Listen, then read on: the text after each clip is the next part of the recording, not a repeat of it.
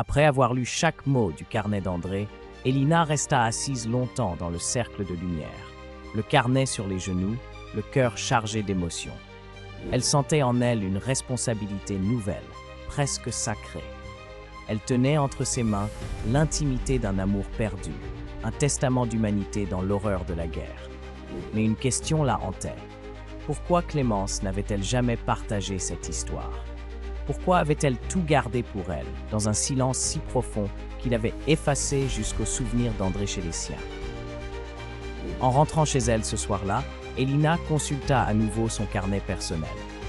Elle y inscrivit une phrase qu'elle avait lue dans le journal d'André.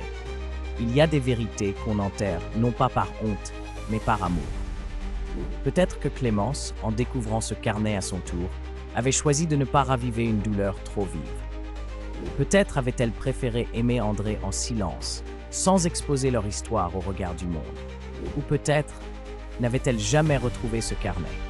Et si c'était le cas, Elina venait de briser un cycle. Elle avait déterré une mémoire, offert une voix à des cœurs oubliés. Le lendemain, elle retourna voir Madame Lucette, tenant le carnet d'André serré contre sa poitrine. En le lui montrant, elle vit les yeux de la vieille dame s'emplir de larmes. Ce garçon, je me souviens de ses yeux. Il était si doux, si rêveur. Clémence l'aimait d'un amour qu'on ne croise qu'une seule fois dans une vie. Elle n'a jamais eu d'enfant, n'est-ce pas? Lucette secoua